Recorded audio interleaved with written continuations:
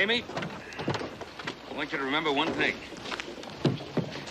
Oh, now, the way you act, you'd think I was getting old. Now, Amy, remember one thing. McIntyre's a young man. Now, he doesn't know what it was like when we came to Nevada, and he doesn't think the older settlers have any special privileges. He's a Johnny-come yesterday, still wet behind the ears. He is the judge. He's a firm man, and he's an honest man. So when you get in there, try to look a little contrite. Got nothing to be contrite about. Like always, I asked Si, and like always, he said you gotta do what's right, Amy, and that's what I done.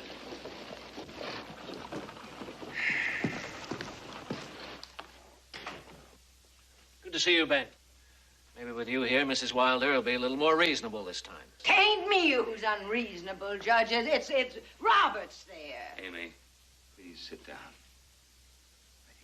Now, just whose fence you think you've been pulling out time and again? And whose land you think it's on? Yours? No, mine. Oh, it don't matter whose land it is. The deer been running along that land down to my creek for longer than any of us have been breathing. They got prior rights. Mrs. Wilder, this is the 4th time you've been before me, brought on charges by Mr. Roberts of malicious destruction. It simply can't go on. Oh, yes, it can go on, and it will, too, as long as that robber keeps dirtying everything he touches.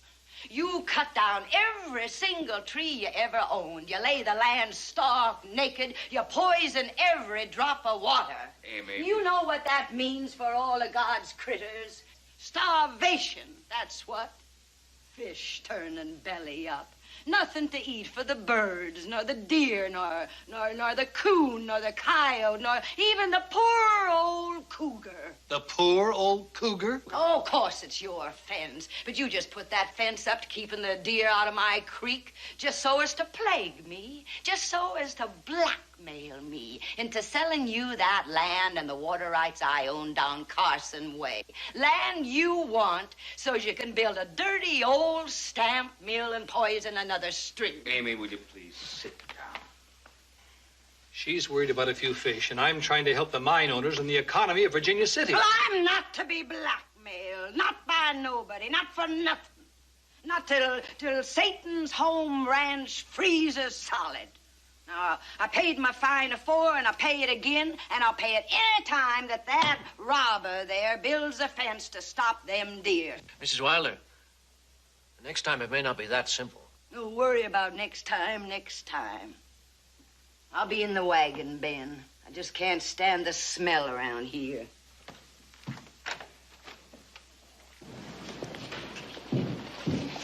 Everybody in town's talking about it, Ben. She's senile. It would be so much easier, so much kinder all around if she just agreed to commit herself. Maybe you can talk to her. Ever since Si died, you're the only one she'll listen to. And it's for her own good. For whose good? Hers? Boy. No, sirree. Amy may be eccentric, but she's sure not senile. Can we stop by the hardware store, Ben? I ordered me 500 pounds of bird seed. They just come in. 500 pounds? Oh, sure, Amy. Let's go by the hardware store and pick it up. After the long winter, them birds will be needing all of that seed. Yeah.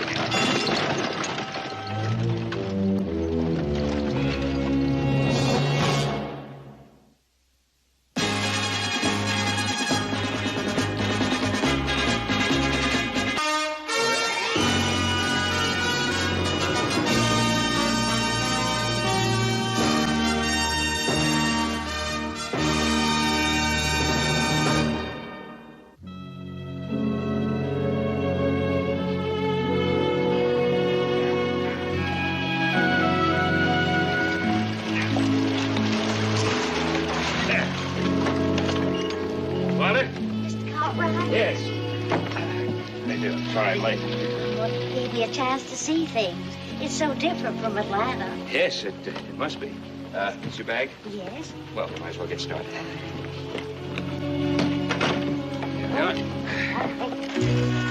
You know, they try to get Amy to have a doctor's examination. She does none of that.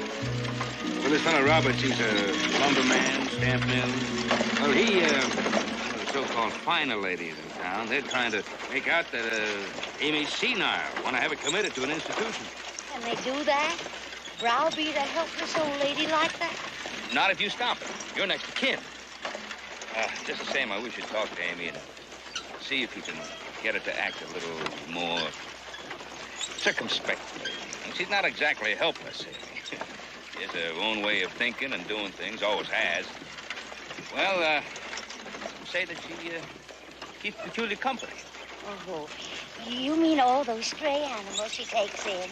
My brother's letters are always full of them. The deer and whatnot. Yeah, among others. Oh, you're nice, Mr. Portland. You can't bring yourself to say it. Amy's an eccentric, isn't that it? But aren't we all in one way or another?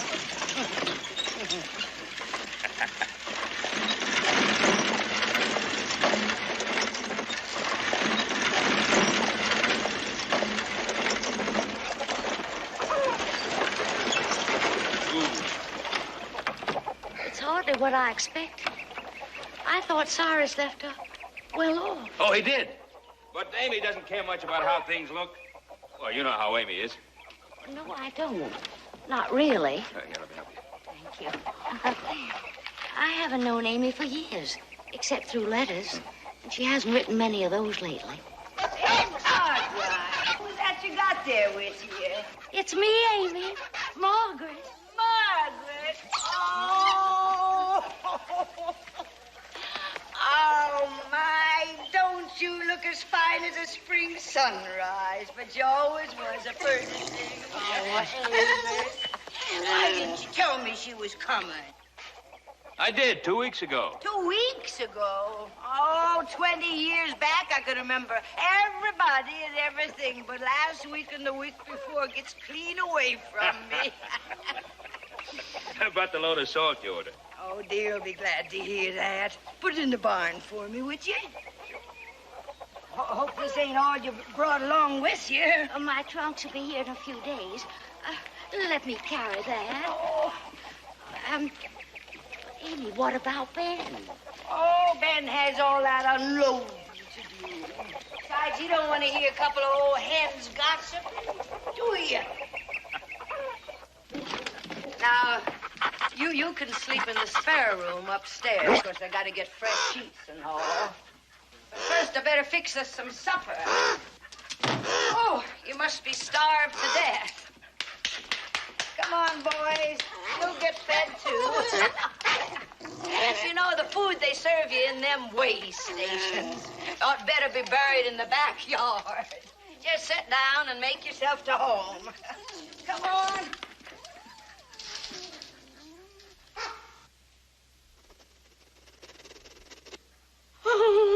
What's the matter? Oh, that's just Harriet. Nothing to worry about. You probably scared her worse than she did you. You knew she was here? Well, no, but the door's always open. Harriet, she just comes and goes. That little fella there on the table, he's named Squirrel. Ain't got around to naming him yet. This old fella here, this Crow, what's the matter there? You see, he hurt his leg. You notice he got it bandaged. It's gonna be all right, though. I call him Mr. Poe. Yes, after the writer fella.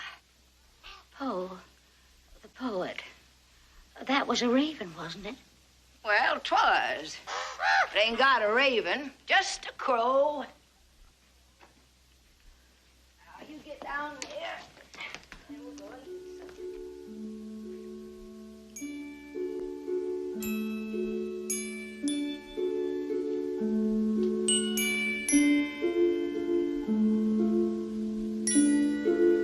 Looks fine, don't he?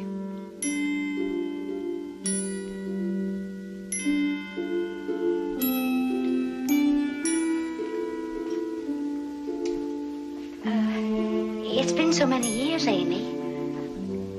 We'll have to get acquainted all over again. Well, we got lots of time. Amy, about this talk in town. Oh, gonna mend that. Just as soon as I get time. You know, Ben worries too much. I told him so when he... Come on, now move over. When he asked me if he could write to you. There, you see, it all come back to me.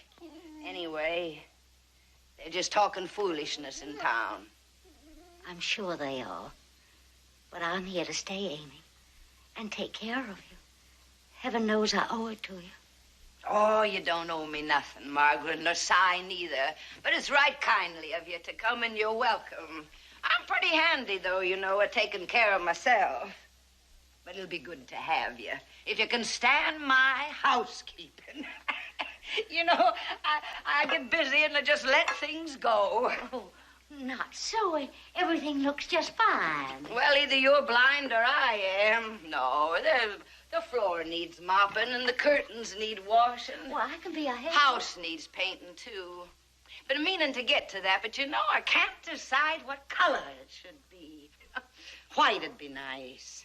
But then it'd take 2 coats to cover. White would look nice. Barn red'd be cheaper. I'll have to ask Si. He'll tell me what to do, won't he, huh? Ask him.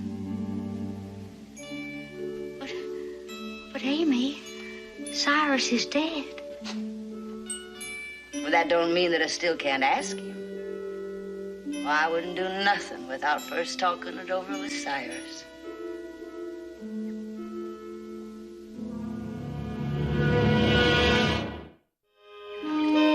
We can look at cutting material, can't we? Oh, we can look at it, but I ain't much of a hand at making them. I don't know. I cut them straight, but they always hang like they was going uphill. I'll make the cuttings. Joe,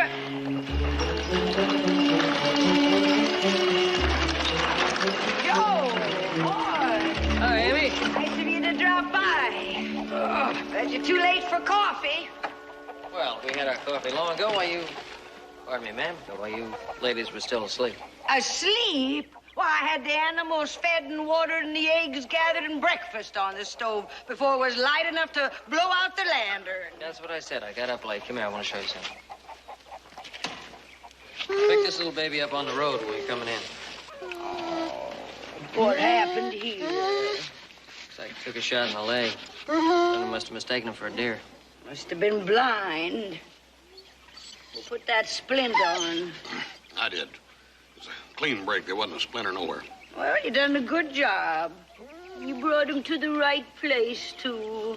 Oh, Miss Amy, we wouldn't put you out none. We could take care of Ponderosa, couldn't we? Well, sure, but how'd you like to ride all the way out there with a broke leg? Put him in the barn. I had a feeling you might say that. Here we go, babe.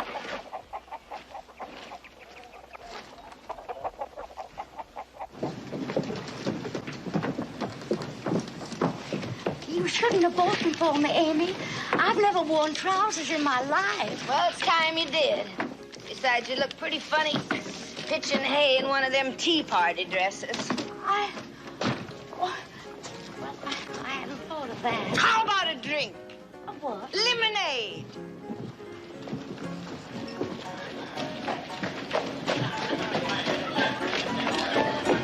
Not here. Sure, here. Oh, you can't be serious. You're right, I didn't mean lemonade. Come on.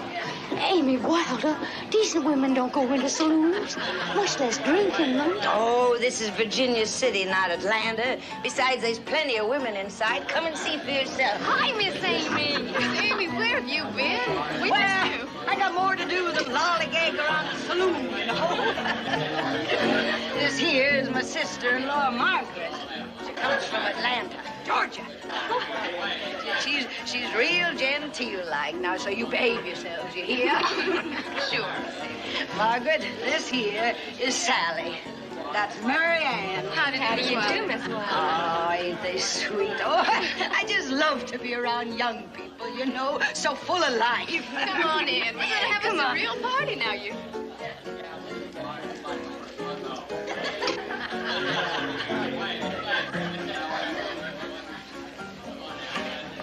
the matter with you? What kind of manners is that? Atlanta kind? I will not associate with that kind of woman. And neither should you. You just do what you want, and I'll do what I want, like always. You want to stay out here and die of thirst, it's up to you. Hi, Miss Amy. Can I buy you a drink? Nope, the drinks is on me, like always. Send 'em up to the house.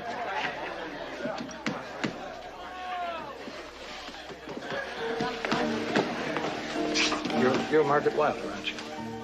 I've been wanting to meet you. I'm Barton Roberts. You may have heard of me. Yes, I've heard the name. Yes, I'm sure Amy has mentioned me. But really, I'm not the black-hearted villain that she thinks I am. Truly, Miss Wilder, I am concerned only for her own good. Amy may be a little eccentric, Please. Telling the truth is only going to hurt her. Senile is a much better word. Miss Wilder, I have offered her a fine price for a piece of worthless land. And all she'll say is that I'm trying to steal from God's creatures. I don't understand. All right. Amy owns a piece of land on a creek up near Carson. Now, I have offered her far more than it's worth. She says the fish in that stream would suffer. Really? I swear it. Fish. Oh, and the birds. Now, is that rational? Yes, it seems strange. Miss Wilder, I think it would be wise if you drew up the papers, had her committed. No. Amy may need looking after, but she is harmless.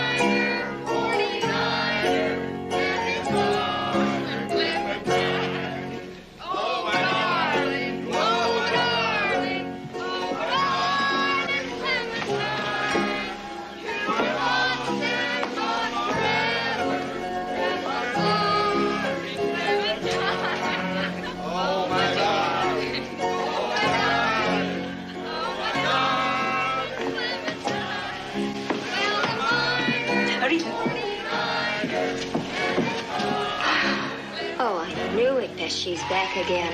That was an easy guess. If it's a woman disturbing the peace and giving the town a bad name, it's got to be Amy Wilder. Old enough to know better, too.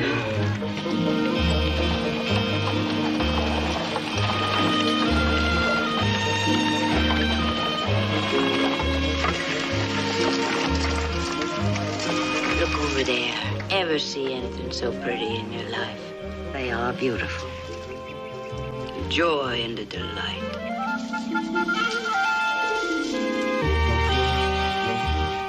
Yes. Are you fond of fish, Amy? To eat? Hate 'em. Never tasted but one in my life, and I didn't like that. Here.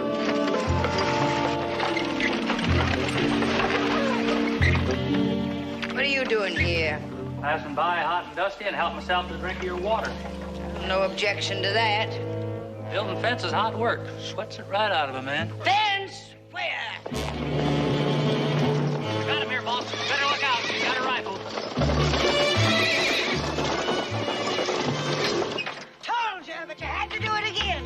One deer hung up on the wire last time, and 100 others dying of thirst.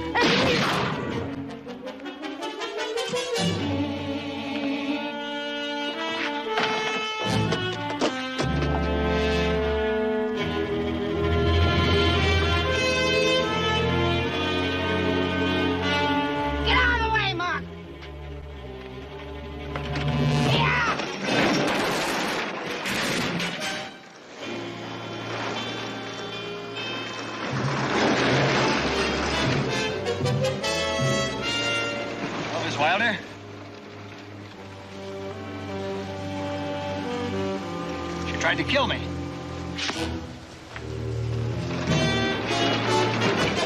So to get this straight, Amy tore down this fence after she was warned by Judge McIntyre. And this time she tried to kill me. She was very excited. Excited enough to try and commit murder? That woman's dangerous. I'll talk to her. You'll do more than that. You'll sign papers to see that she's put away where she can be taken care of. Please. I can't do that. All right. Then she'll stand trial for attempted murder, and you'll have to testify against her as an eyewitness, and she'll go to jail for a long time, probably for the rest of her life. Raise your right hand. You swear to tell the truth, the whole truth, and nothing but the truth. So help you God. I do. Please be seated. The purpose of this inquiry is to determine the mental competence of one Amy Wilder. Pertinent to that, this document signed by Barton Roberts asks that she be remanded to the grand jury to face a charge of attempted murder. Or alternatively, that she be committed to an institution as mentally incompetent and totally dangerous. If anybody ought to be locked up, it's him. Sit down, Amy. Well, it's true. Mrs. Wilder, you will be given ample opportunity to speak in your own defense. Until that time, I earnestly suggest that you be quiet. This document, signed by Margaret Wilder, asks that she be made the legal guardian of Amy Wilder. Many of the facts are already a matter of court record.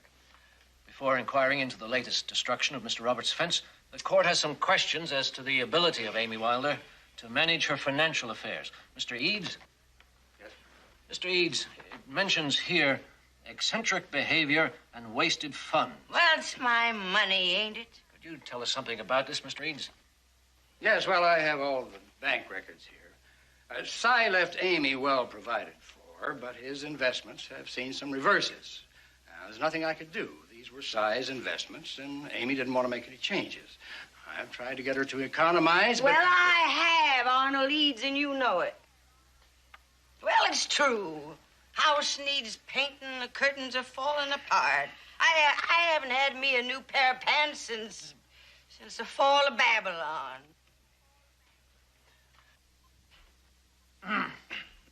Will you please go on, Mr. Eads?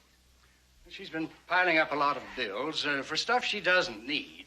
Salt blocks for wild game and bird seed.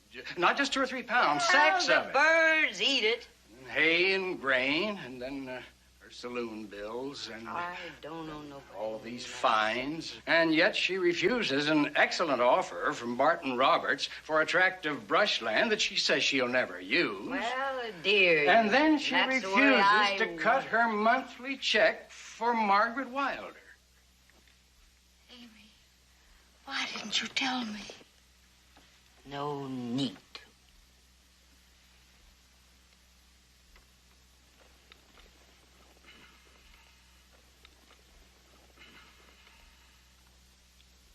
Now, there's mention here of the strange way Mrs. Wilder speaks of her deceased husband, or rather speaks to him. I'd like to have that clarified. Ain't nothing strange about it, young fella. Been married to a man 40 years. He ain't never dead for you. Not even if you've seen him laying there in the coffin. Judge McIntyre, may I? When someone you love dies, afterward, even long afterward, you can still see him, hear his voice, the sound of the laughter, feel them in the room with you. Yes, even know what they think. It's a normal thing.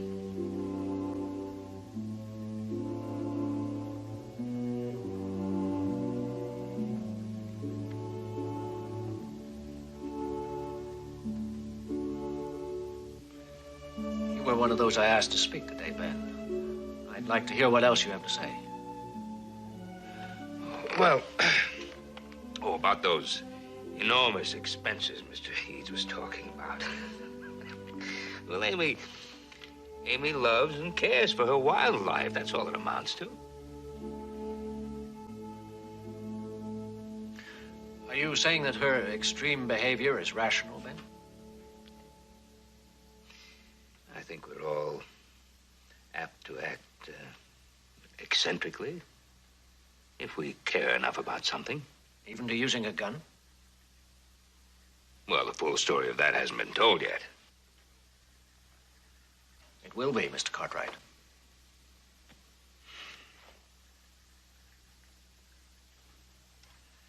Your Honor, it wasn't enough that she pulled out my fences time and time again in the face of a court order. But this time, she brought a rifle with her. She put a bullet within inches of my head, and if I hadn't been moving, I'd have been killed. Inches? It was closer than that. If I'd have wanted to hit you, I'd have hit you whether you was moving or sitting. And maybe the next time I will, too. That will do, thank you. We have used up this day. Mrs. Wilder, I don't want to put you in jail, but I will have to unless you can promise to behave. No fighting, no firearms of any sort. I promise. Today is Friday. This hearing is adjourned until Monday morning at 10 o'clock, at which time the court will give its decision.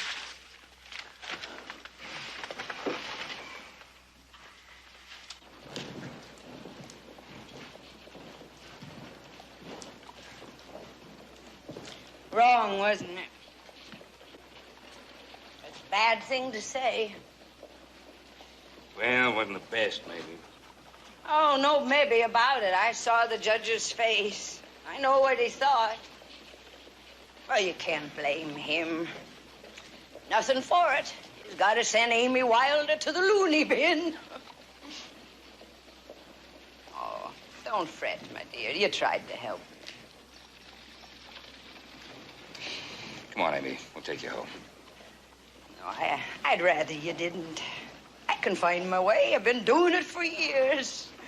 Say you can do me one favor, though. Take Margaret home with you. Let her see how pretty the Ponderosa is. I'd be happy to. You won't be lonely, Amy? Never was. Si will be with me and all my friends.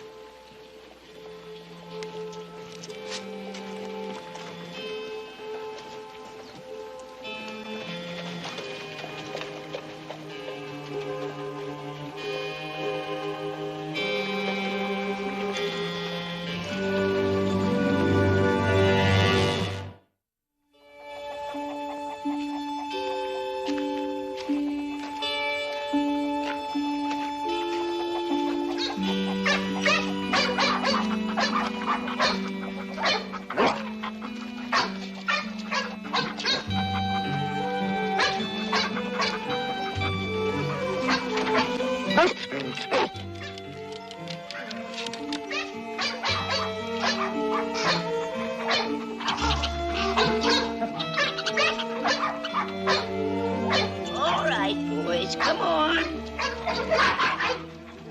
Come on, boys, you're going to all have something to eat.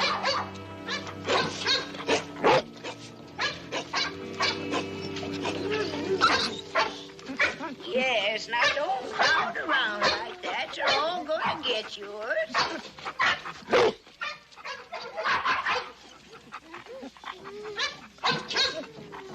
Now don't be such a pig. You're going to get yours as soon as I put it down. All right. Come on now, everybody eat. That's fine. Gotta get some for Harriet, too, don't we, huh?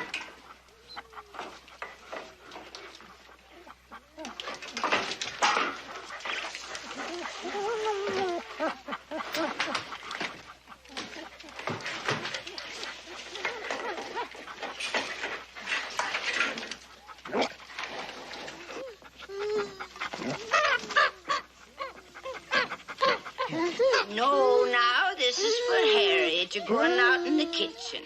Here you are, Harriet. Go on, out in the kitchen.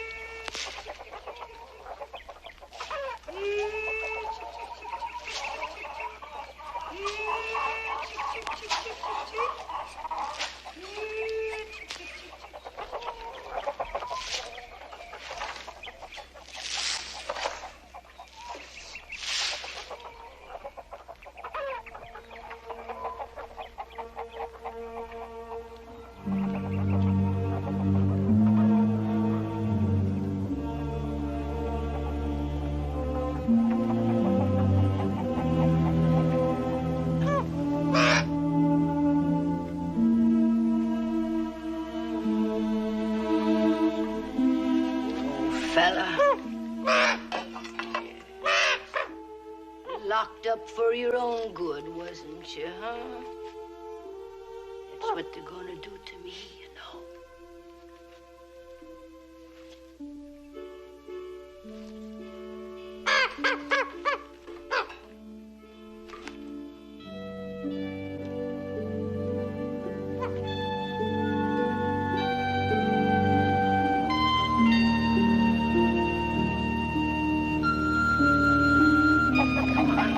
Come on now. There you are.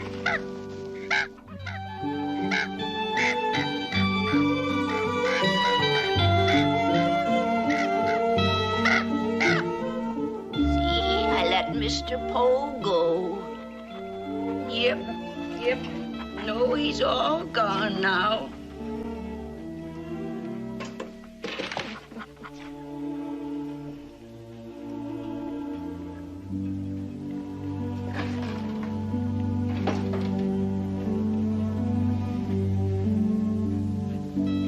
All right, Si. Most of the folks, they was all right. Just talking loud and fast, the way people do when they don't know what they're saying. But it was all right, my dear.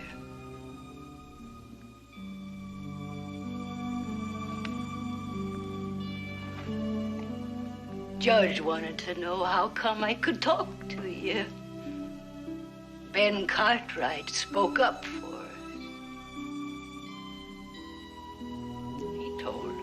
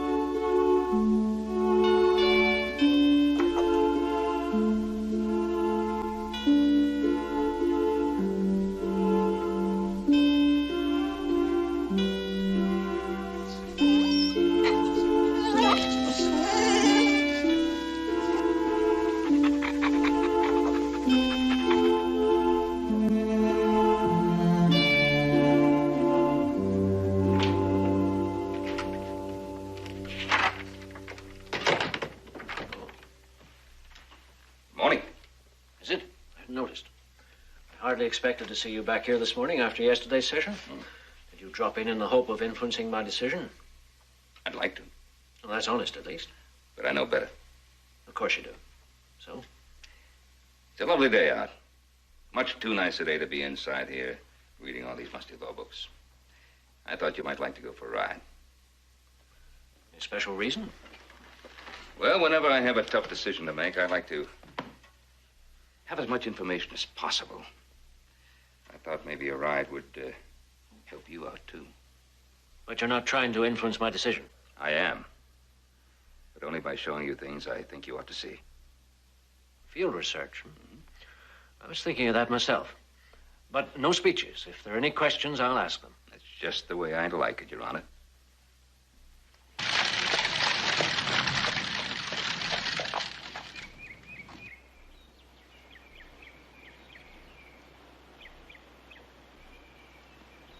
Is this where Roberts built all these fences? That's right. That raises a question. Why build a fence here? Now that, Your Honor, is a very good question.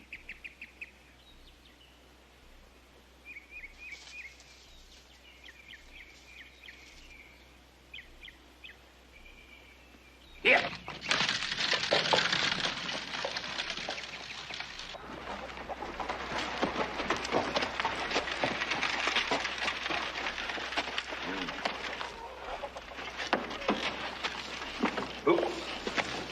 Waller? I'll wait here. I've given Amy trouble enough.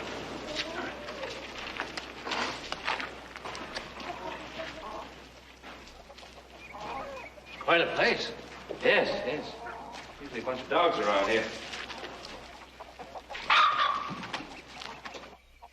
Amy! Amy, it's Ben Cartwright. Amy?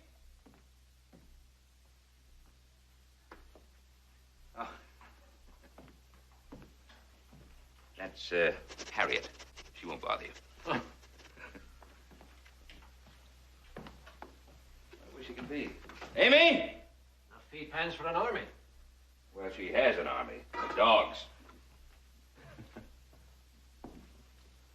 That's funny. There's a crow in this cage yesterday. Addressed to me.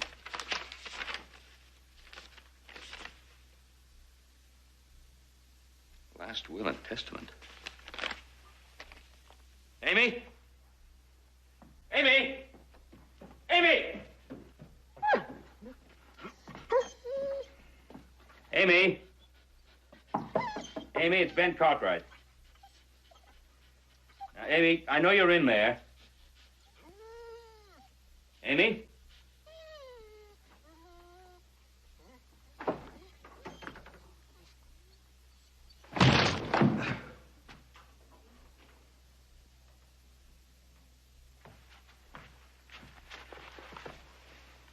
Amy, what's the matter?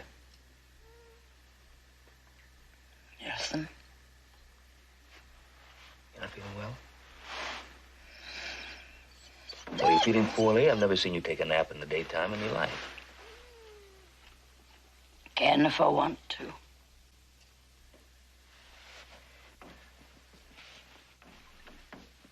I found your will. You was meant to. Your name was on it. Amy. What's the matter? You think I'm too sick in the head to write one? You know better than that. I can write one if I want to. They ain't said I'm loony yet. Not official. I can stay here if I want to, too. I'm my own boss. Till Monday.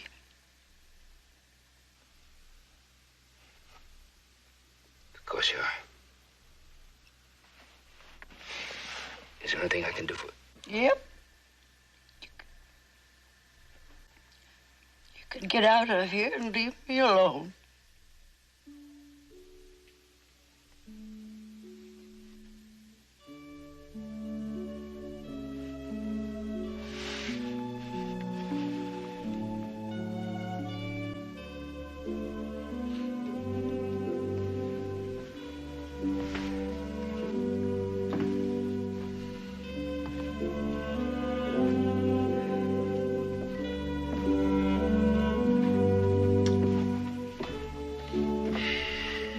Is she all right?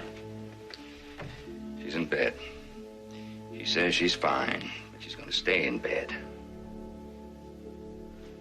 This is quite a will. She leaves all her property at Carson to the state of Nevada to be used for a park and game refuge, all wildlife to be protected. One half of her money to be given to Margaret Wilder, the other half to be used for winter feed, salt, birdseed, hay for animals in this area. Pretty generous. I suppose some people will call that pretty extravagant. I'm sure some people will. After all, it's no ordinary thing buying hay for deer. Might be described as... Strange, loony, not right in the head. Is that what you think? Just because I buy hay for deer? Well, you wouldn't call a rancher feeble in the mind, would you? Just because he buys winter feed for his stock or lays out salt or worries about how well they are, would you? Now, let me tell you, and you're going to listen to me because this is my house and you can't shut me up here. They're wild things. They're God's critters. But they're my livestock. Just as Ben's cattle is his livestock. Oh, I don't drive them to market or sell them, but they're my livestock. And I can take care of them any way I want to. And the will is legal, too.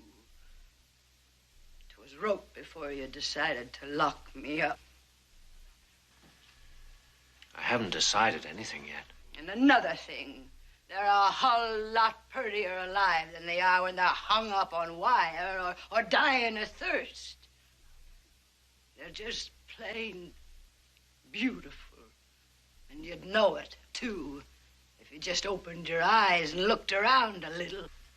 I have. Mrs. Wilder, sit down, please.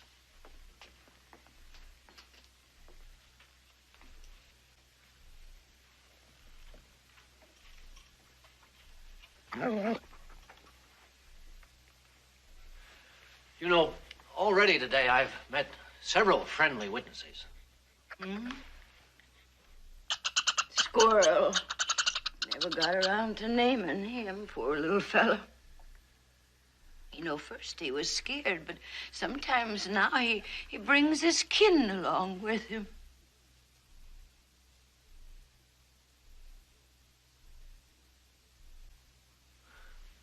Mrs. Wilder, that fence, have you found many deer hurt with that wire?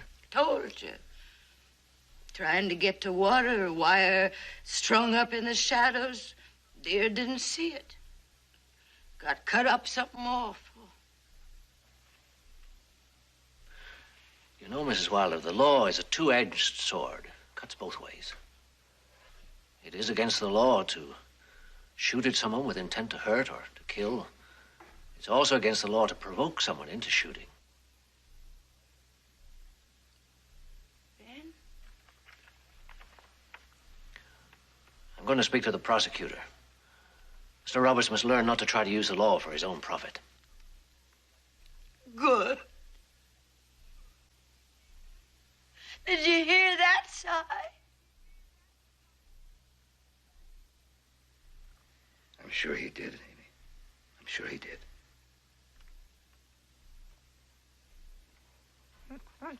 Amy, you haven't eaten all day. Why don't you just sit here with the judge and have a little nice talk, and I'll get some soup ready for you. Why, the very idea. This is my house, and it's my kitchen, and anybody gonna do any cooking around here, it's me. No, sir. We're gonna have us some steak and potatoes and canned corn and green beans and peaches for dessert.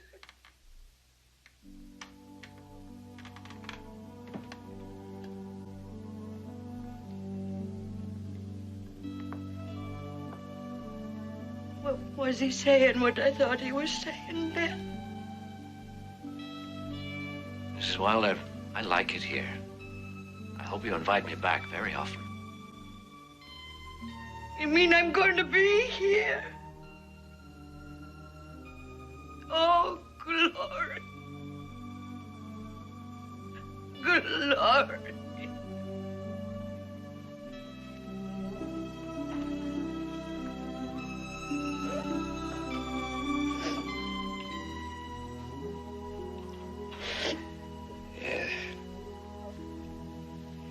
Amy. Margaret's outside, waiting.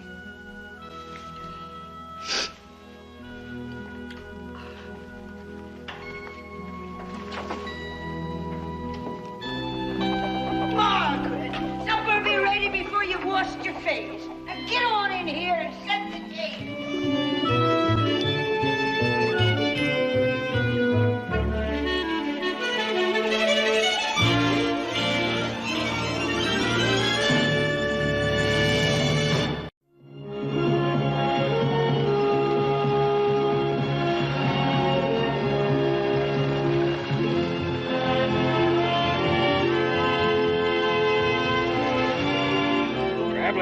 miles together, it'd be a shame not to keep in touch.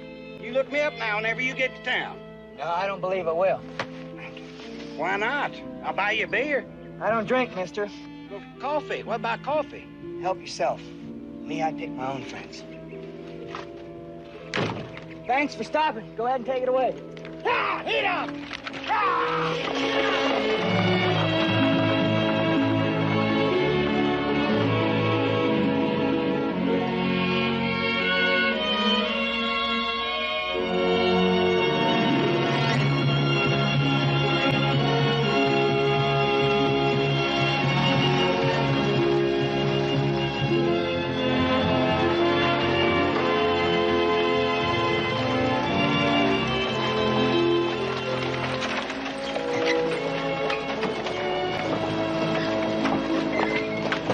Hand me down that carpet back there, will you, friend?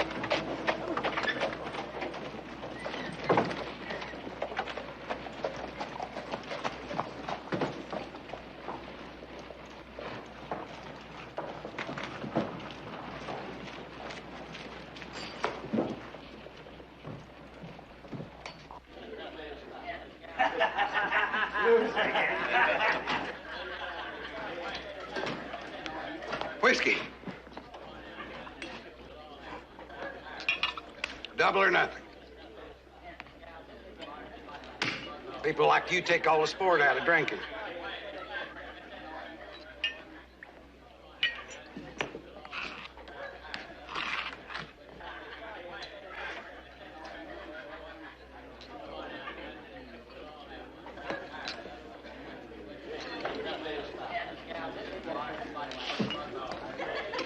I was on the verge of despair. You still are. I'm not going to loan you any money, Charlie. I got something that's too big for me to handle. I was hoping against hope. What do I find? The best in the bit. Not one red cent. It's big and easy. He's a greenhorn like you wouldn't believe. Hay seeds in his hair and money coming out his ears. Somebody's going to clean him like that. Unless you and me do it first. Tell me more. Hey, Pa, look who's here. Hey, Kelly. Chris Kelly, how are you? Good to see you. Good to see you. When'd you get in? Just a little bit ago. Yeah? So down the road about 4 miles walking. Well, how'd you make out in the goldfields? Any luck? I found a little gold. Yeah? I Good. told him he could have his old job back. Oh, sure. Of course he can. Hey, what's a big gold operator like you wanted to work as a cowhand for? Well, I figured if a man's got a little money, he ought to be happy. But it didn't work out that way. People are always hanging around me, slapping me on the back, calling me friend and pard. Always trying to get my money. That's enough to gag a rattlesnake. Some people are like that. It sure will be a pleasure to get out there in the bunkhouse and get settled. Well, of course, the best way to protect yourself is to say as little as possible about your money. That's just what I got in mind. It's especially important right now, Chris. There's a bunch of confidence men in town. Sheriff doesn't know who they are, but he does know a lot of people have been swindled. Now, if it were to become known that you had struck it rich, they'd be on your back in no time. Yeah, well, how much you make? Oh,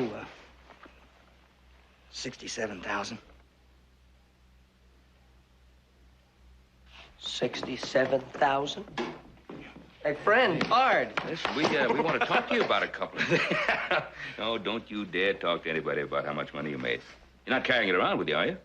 No, I bought me a letter of credit. That's a good idea. Oh, another good idea. You take that letter of credit into the bank first thing in the morning. Oh, and if anybody tries to send you to City Hall or the county jail cheap, you tell us about it. Come on, let's get settled. Thanks, Mr. Carter. Listen, did you ever think about buying a bunkhouse? I'm going to use a bunkhouse out there. I think I'll own it. $67,000.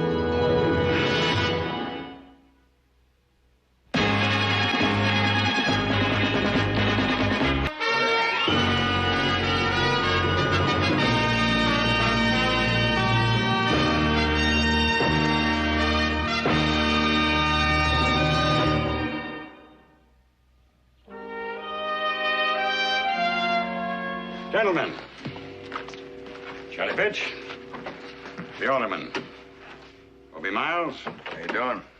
Walt King. My pleasure. What do you want to see us about, Howard? Charlie says he's lined up a sucker for us here in town. I thought you wanted to go on to Denver in the morning. This could be good. Art, we made 5 scores here already. No fixing with the sheriff. I figure it's time to move on. I think we ought to be able to pull off one more without any trouble. Depends if it's worth it. How much money this chump's got? Charlie? The story is he made it pretty good in the gold fields. You the double-jointed fellow they call Loose Charlie? That's me. He falls in front of carriages, throws himself out of joint, and yells and carries on. What do you pick up for a thing like that? 15, 20 bucks? Yeah, generally. His idea of a big score in ours might be something different. Charlie put me on to something good a couple of years ago. This could run maybe $3,000-4,000. Oh, more like 5 times that. Second thought, maybe we better take a look at this chump. Indeed.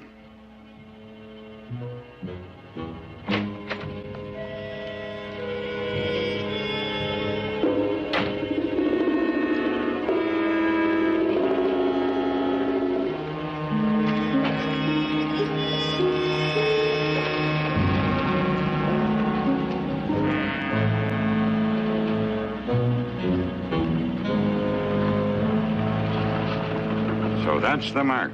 Looks like a real cinch. There's a couple problems. I'll see how quick I can pick him up, buy him a few drinks. Oh, he doesn't drink. All right, buy him coffee. Stay with him. We'll get him in a game tonight. He doesn't gamble. We'll teach him. He knows. He's against all forms of wagering. That knocks out poker. And the race wire. We'll let the alderman try the stock market swindle. Uh-uh. Why not? He's a country boy. You say stock, and he thinks you mean cows. Charlie, is there anything else you haven't told us about this Yahoo? Well, he tips his hat to ladies. And he's honest. How honest? All the way, straight as an arrow. His name is Christian Keller. Is he ripe for picking? I mean. Don't count on it. Charlie, thanks for nothing. He deposited $67,000. Are you sure? Positive. Well, it may be a little time-consuming, but I guess we're going to have to sell him something. Yeah. Mm-hmm.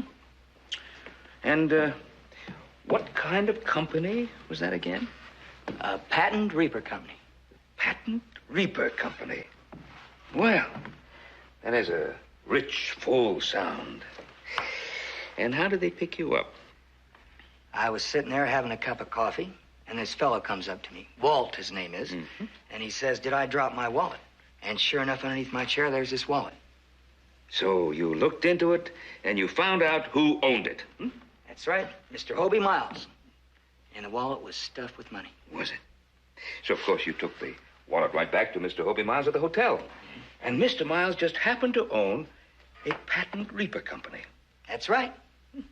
You know, I was finding wallets all the time up north. They sure didn't waste any time, did they? No, but they didn't try and sell me anything. They just kept talking about how much money the stockholders in this company are going to make. But they did say I could see the plans. Did they? And when do you see these people again? In the morning. And I asked them if I could bring a friend along. And they said he'd be welcomed. Very good. I look forward to seeing a patent reaper. There you are, gentlemen. This little beauty will revolutionize harvesting. We already have orders for more of these machines than we can possibly manufacture in a year. I think that could be a very big success. It already is. Well, when I was here before, you said something about stock. Walt said that... Walt? What did Walt say? He said maybe we could buy some stock. He did he? What'd you say that for? You know every share of stock was spoken 4 months ago. I thought, Mr. That's the problem. You didn't think. Now, gentlemen, I thought you came up here to see these drawings. I never dreamed Mr. King would give you the idea you could buy stock. I've refused old friends, even members of my own family. Oh, well, I'm very sorry. I'm sorry we've troubled you. No, wait now. Mr. Miles, Mr. Kelly, he is a friend of yours. He returned your wallet with more than $1,000 in it. He's an honest man, a deserving man. I admit that. And Mr. Kelly's friend, Mr. Cartwright, why, he owns one of the largest ranches hereabouts. He could be of great help in getting the reaper sale started in this area. Think about it, Mr. Miles. You'll be helping a man who helped you and also helping your reaper company. Well, now, there was a block of stock I was saving for a man who was supposed to be here 2 days ago. He hasn't shown up yet. So, under the circumstances, I suppose I can let you have that. Thank you, Mr. Miles. It'd be expensive. Cost you $71,000. Well, I haven't got that much. Well, Chris, I just might be able to come up with the difference. Cash or certified check, no later than tomorrow morning. Yeah, well, we could get over to the bank and get things started. Well, thank you very much. It's all right. It's awfully nice of you to allow us to participate in this. It's all right. Reasonable profit on an investment is always welcome, but this also offers us a chance to help every rancher in Nevada. All right, gentlemen. We'll see you shortly. Hey, Hobie, you're Jim Dandy. Well, I was in top form, if I do say so myself. And so was Ben Cartwright. Oh, Cartwright and that Chris fella coming up with the money. Mm-hmm. In marked bills with the sheriff in the next room. Huh? Don't you know a smart man when you see one? A man like Ben Cartwright isn't going to make a heavy investment after one meeting in a hotel room. So pack your things, both of you.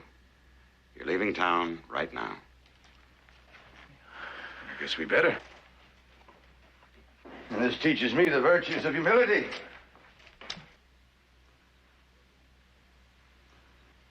And what about you? Mr. Blackwell? Hmm? Hobie wants to know what you're going to do. You never give up. Not you. A wise man knows when it's time to quit.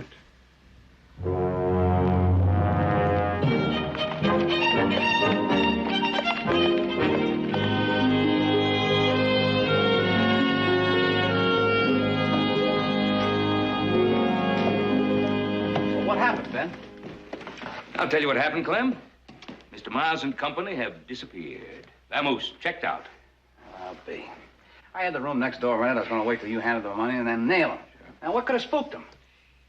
Maybe we were too willing to buy. Well, we chased him out of town anyway. I mean, that's not as good as putting him in jail, but it's something. Oh, it is. Eh? Well, it's a job for me, is what it is. I've got to try and pick up the trail now. Yes, you do, Clem. Good luck. Oh, thanks a lot, Ben. Well, let's get back to work.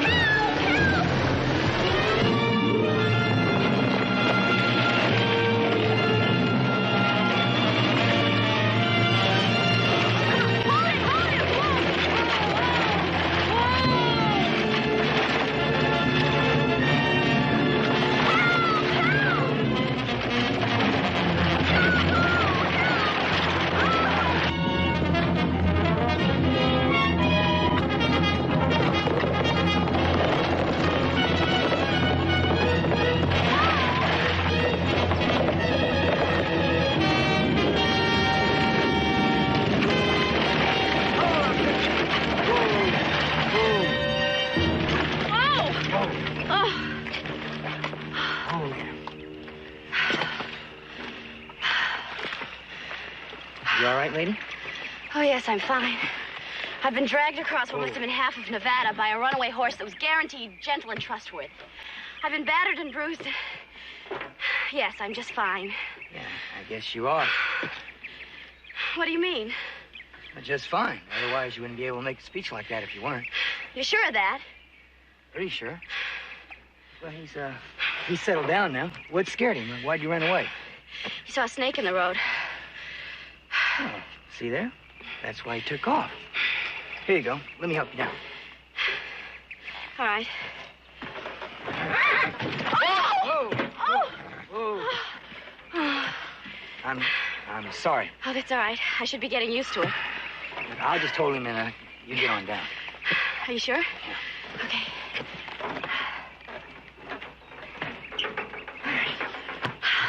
Thank you.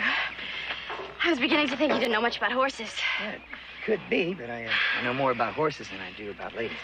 Oh? Well, I think it's a mistake to ask this, but I'm going to anyway. Just what do you mean by that? Nothing, except I thought you might get mad at me again for the horse getting scared. Oh, no.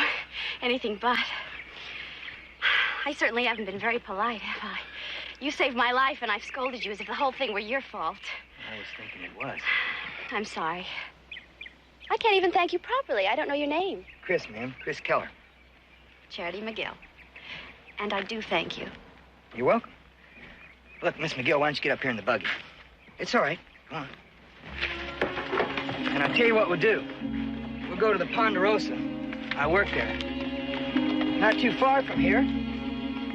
Both you and your horse can get rested up. You ever heard of the Ponderosa? No. Biggest ranch in these parts. Mr. Cartwright owns it. Well, you know more about ladies than you think you do. Let's go.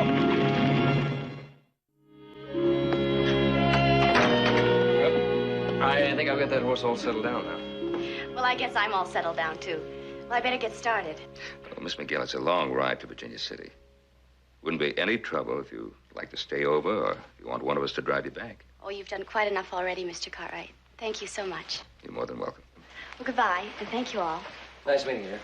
I'll walk you to the buggy. I'm afraid I'll never be able to repay you, Mr. Keller. Well, don't think anything about it. Strikes gold and rescues a pretty girl. Some fellas have all the luck. Yeah, well, She's kind of cute. it seems very nice.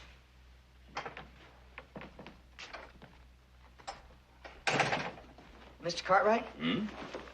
If I get all those strays in this afternoon, can I have tomorrow off?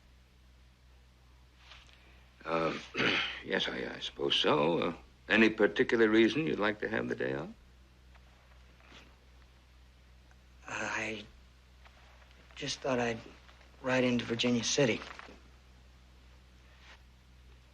Yeah, well, he's got money in the bank. He probably wants to go in and watch it grow.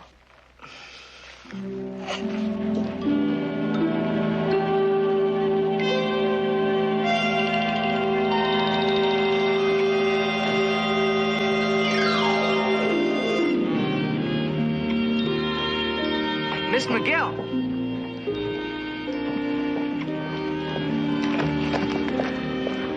Good morning, Mr. Keller. Morning. Hey, can I give you a hand? Well, I would appreciate that. Just up to the hotel. Uh-huh. How have you been? Fine. Lemon drops. Try and chew them up quick so I can talk. Do you have any peppermint? What was so? Thank you. I have an awful sweet tooth. So do I. I go around like this half the time. Say, did you get back to town all right the other day? No, I was captured by Indians, bought by a band of wandering gypsies, and finally rescued by the cavalry. That sounds terrible. Was. I nearly missed dinner. Ah, fish hooks. I know. They're too big. No, they're about right. They're too big. I don't like to dispute a lady. Well, but don't then. Have you done any fishing? Certainly. What kind? Chub, dace, catfish. Well, there you are. And trout and salmon. These things must be for sharks. You like to fish? Oh, yes. So do I.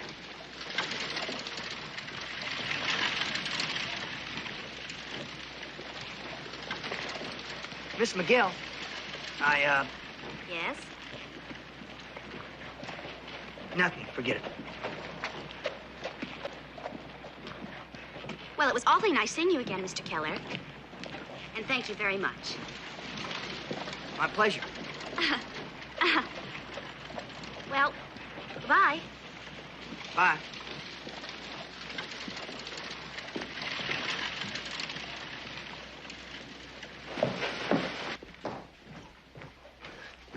Miss McGill, I don't suppose you'd... Yes, I would. I'll be ready first thing in the morning. Oh, and those fish hooks are too big.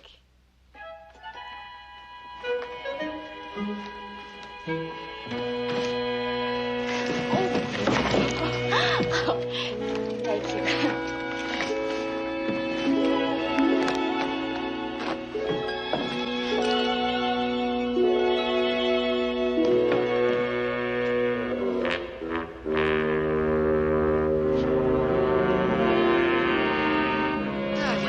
Believe it.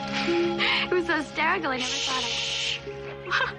Scare the fish. That superstition a fish can't hear. What you have to watch out for is letting your shadow fall in the water. Oh, your shadow's not gonna fall in the water this time of day. Look at there. Uh-huh. Here. Worms. Oh, no. It's that deep, I suppose. Of course. Grasshoppers on the surface. Charity, your ignorance is pitiful. I'm gonna go downstream and work that for a while. Hey, it's a pure waste of time. We'll see.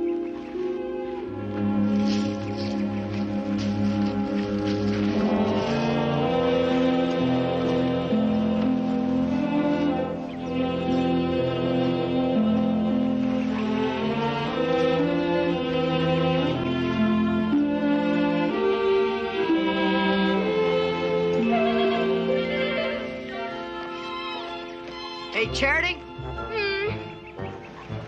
How you doing? Oh, so-so.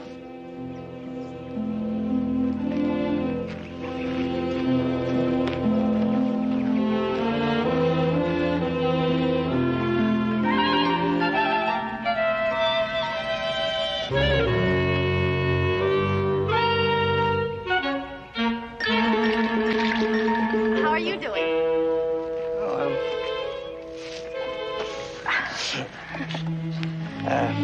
Charity. Can I borrow one of your grasshoppers?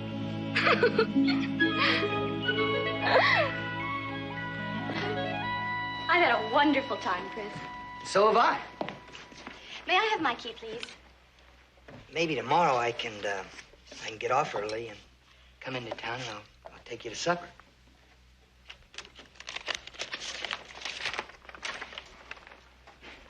Is there anything wrong? I don't think so. Are you sure? It was just some business. You go along, Chris. I'll talk to you later. You say so. Charity? It's all right, Chris.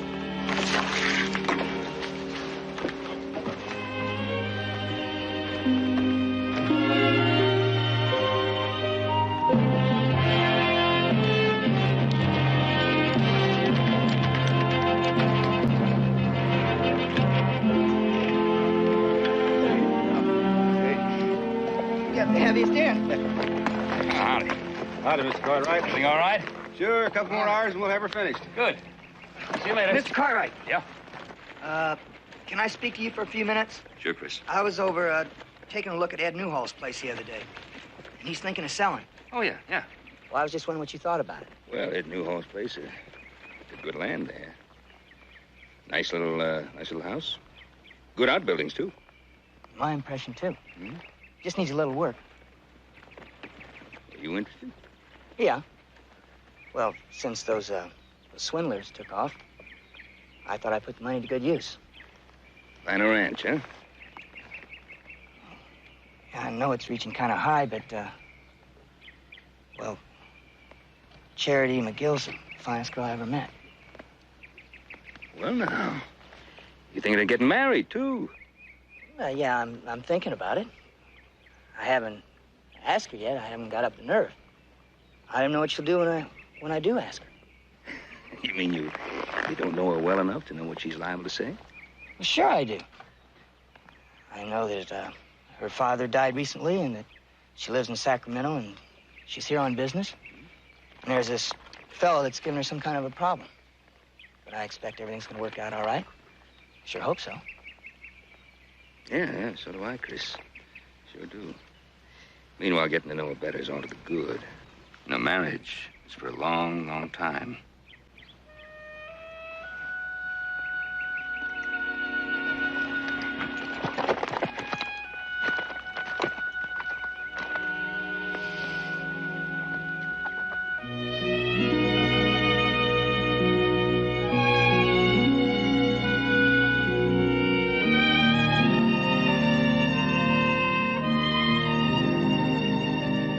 Russian River, I tied into a big old steelhead. Boy, did he give me a fight. We're not doing very well today, are we? No. What time is it? Oh, 1:30 in there. Why? Well, I have to be back to see the lawyer this afternoon.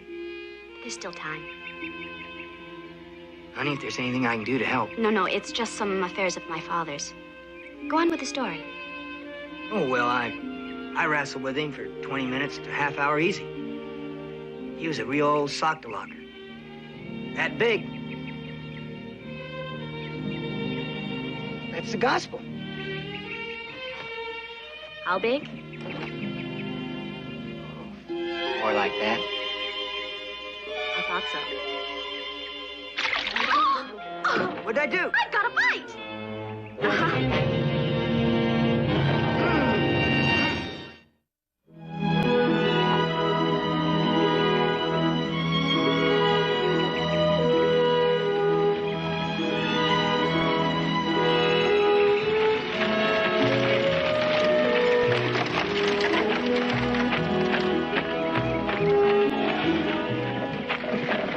There's nothing more I can do here, so I guess I'll go on home.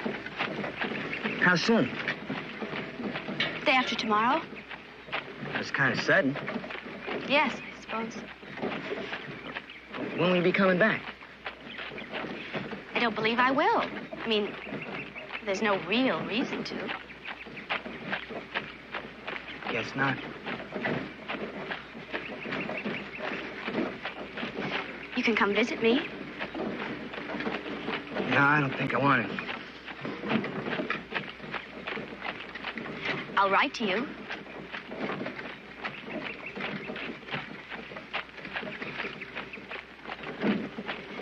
Will you miss me? Oh. Charity, you're not going anywhere, because I love you, and we're going to get married. Aren't we? I was hoping you'd ask that, and dreading it at the same time. What for? I can't, Chris. Why not? Well, you can't ask a man to take on a lot of unwanted problems. Well, not if you really and truly love him.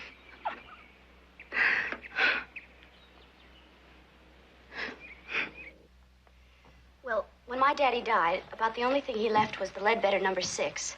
Well, that's a gold mine just below here. Yes, I know. Well, about 2 weeks ago, I got a letter from this man, Arthur Blackwell, saying that he had mortgages and liens against the mine, and if I didn't pay them, he was going to take the mine. I don't understand your problems, Miguel. Let him take it. That mine was worked out years ago. No, Daddy said he found a new vein, but that's not the point. Mr. Blackwell's been saying that my father salted the mine and falsified the assay to swindle him. Well, I'm not going to let this man blacken my father's memory. I see.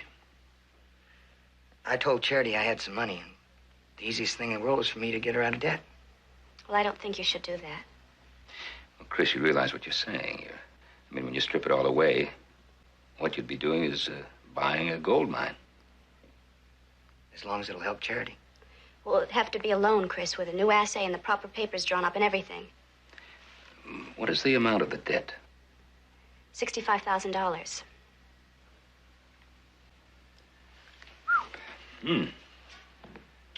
Well. If you like, we'll help you take the assay. I mean, getting ore samples out of an old mine shaft is no work for a young lady. Well, that's very nice of you. I'd appreciate that. Of course. I'll write a note for you to sign, giving us permission to be in your property. Thank you, Mr. Cartwright. Not at all.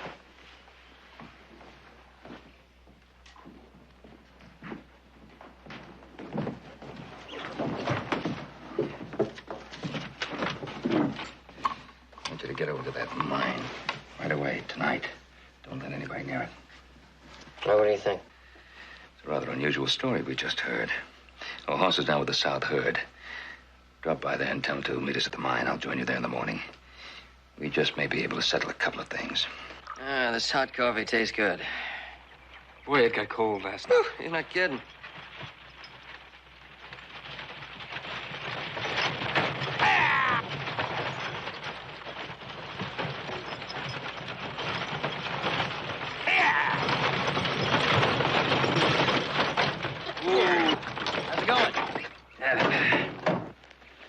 Have any visitors?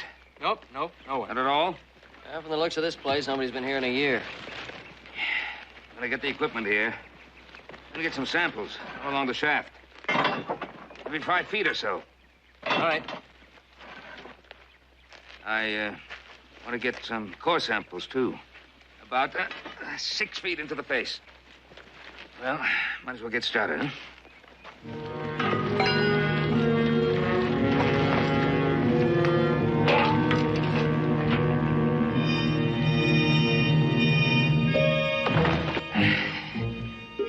Figure these samples are worthless. I don't see how there could be anything of any value in that mine. Well, at least Charity's been honest about it. She's the one that wanted the assay report. I'm still troubled by the fact that the amount of money that she owes happens to be almost exactly the amount of money that Chris has in the bank. Isn't that strange? Well, I think it's just a coincidence. I think you're barking up the wrong tree. I hope so. Meanwhile, let's stick to the plan. If anybody tries to solve those samples, we'll let them look the other way. All right. I'll wait here for Hoss.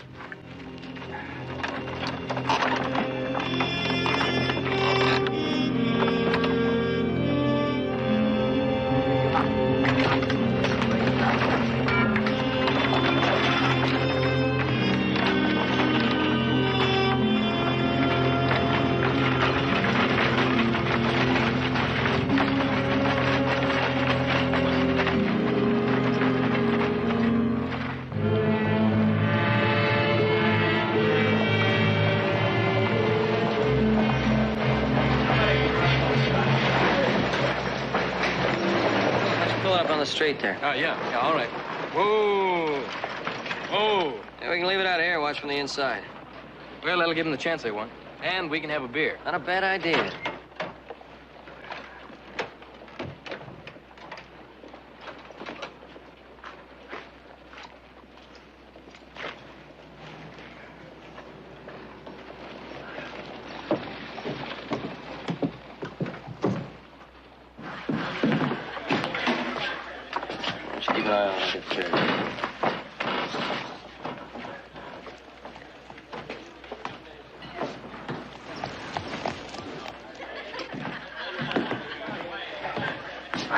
There you go.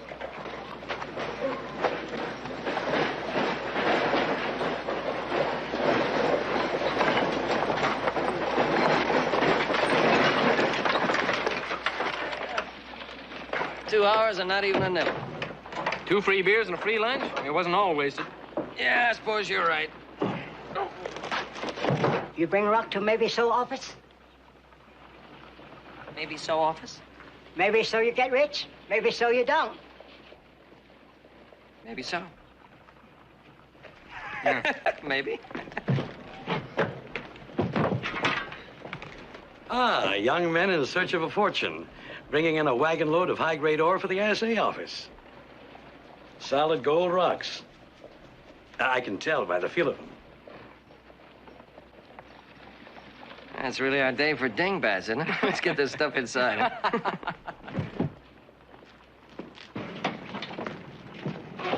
Well, Miss McGill, sit down. Thank you. This assay report was brought back about an hour ago by Joan Candy. Now, most of the samples were proved worthless. That's to be expected. But according to this report, apparently there's a vein of ore in that mine which assays out at an average of $2,500 a ton. Hey, that's great. Oh, I never doubted it. And that's almost exactly the same figure Daddy had. Now, all we have to do is get the money to Mr. Blackwell, and we'll have everything nailed down for you. For us. There's one other thing. This report is based on one set of samples. We took 2 sets, as identical as we could possibly make them. My son Hoss is having the second set assayed in Carson City right now. Well, isn't that unusual? Just an added precaution. It's more than that. Well, let Mr. Cartwright tell me. Well, if the 2 reports agree, and everything's all right, there's no problem. They don't?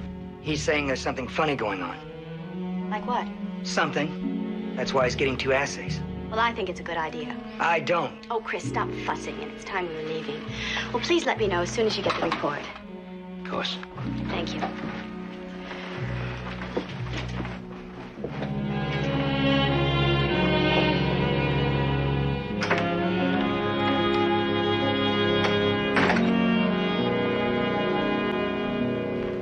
You got the second report, huh? Well, the samples were the same as the others. Not quite. The best of these samples showed a value of $1.06. That man's been manned up. The samples were just like the other ones. We got them at the same time from the same places. Sorry, Chris. She was trying to swindle me all the time. That's what she's trying to do. She wouldn't accept any help after I told her you were waiting for a second report. I had to beg her to take the money. But you did take it. Sure she did. Now, I'm not sure if I can get it back, but I'm going to try. I'd appreciate it if you ride along with me. Sure.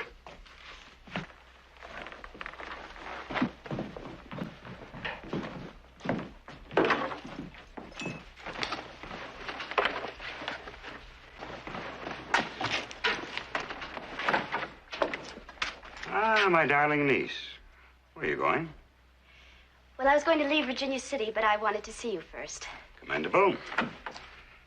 Since you have the money that we all jointly earned from that young man, we do have to split it up. Well, I've been thinking about that.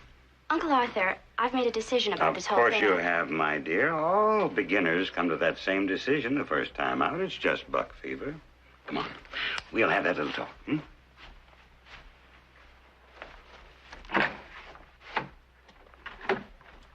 A great day, gentlemen. Truly a great day. That's right, Art. I mean, Mr. Blackwell. There. Breathe, you rascal. Greatest little invention since the wheel. Solve anything and everything with the liquid essence of gold. You are a good man.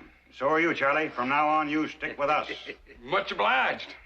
And now let us drink to that little lady without whose feminine charms and quick wit none of this would have been possible. Hear, hear. To you, my dear niece, our heartfelt thanks.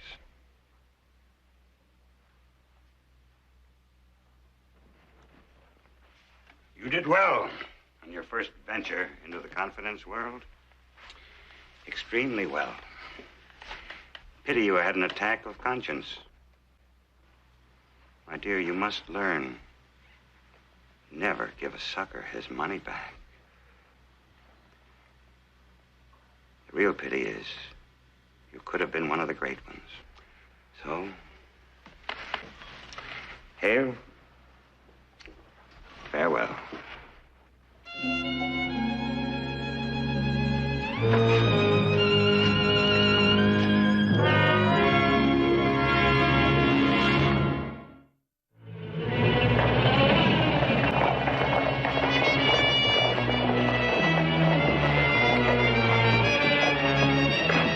It won't be long. This way.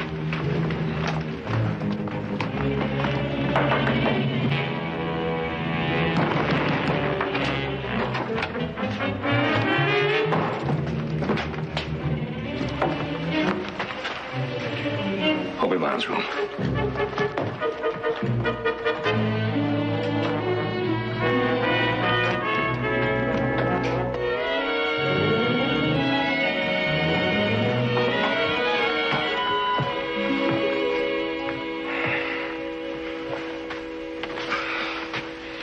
Start talking any time. I'm sorry, Chris. Sure you are. They got you tied up here like a Christmas turkey. No wonder you're sorry. All right. Who tied you up, Miss McGill? My uncle and his bunch. They're on their way to Carson City.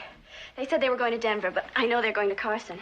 When did they leave? Oh, 30, 40 minutes ago in a buggy. Oh, Chris, I know you're not going to believe this, but I was trying to bring the money back. All of it, when Uncle Arthur caught me. You're right.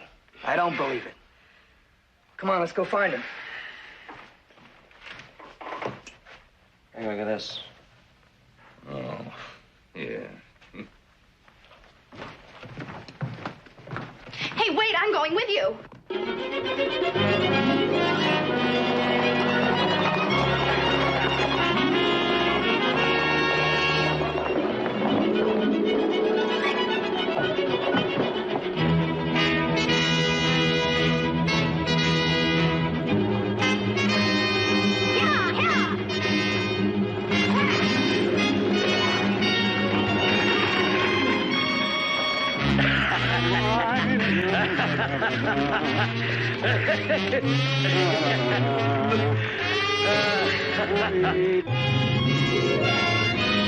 Nita's coming up behind us.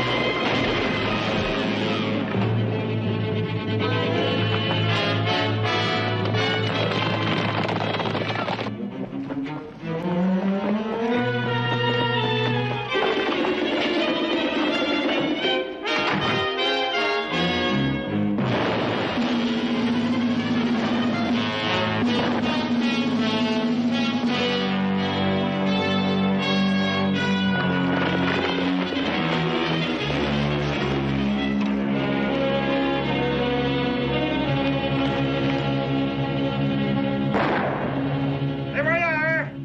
I'll make you a deal. We'll give you half the money.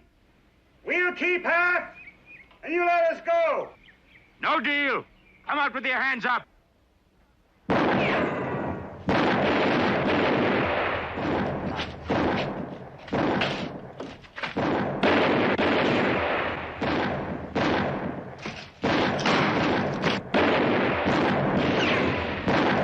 Charlie. Maybe if we gave all the money back, we'd only get about 9 or 10 years. Don't be a fool.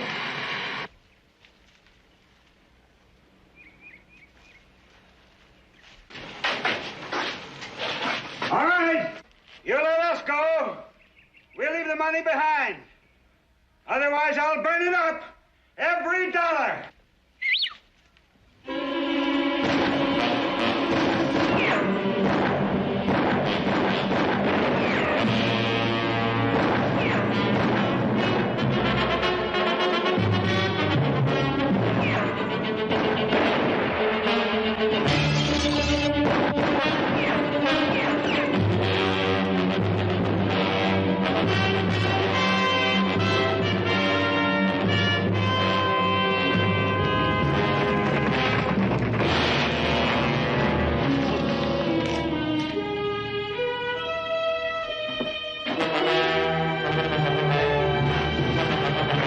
On the table. Come on, up.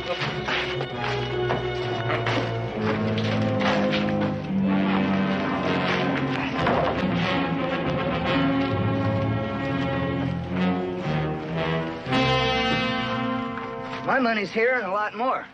They must have got it from them other fellas. 6 weeks. Hard work. We let a chump like you take it away from us. There's no justice in the world. Your fault. My kin, but you don't take after my side of the family. Well, I'm sure my fiancé won't mind. You're who? My fiancé, a fella named Chris Keller. We're going to be married. We're gonna be what? I know you won't believe this now, but it's true. I found out I couldn't steal, not even once, because I love you, you big loot. And I'll convince you if it takes the rest of my life. Well, it won't take that long. I love you, Chris, honest. Those are the prettiest words I ever heard. I'll make him a good wife, really. You know something, Chris? I believe she will.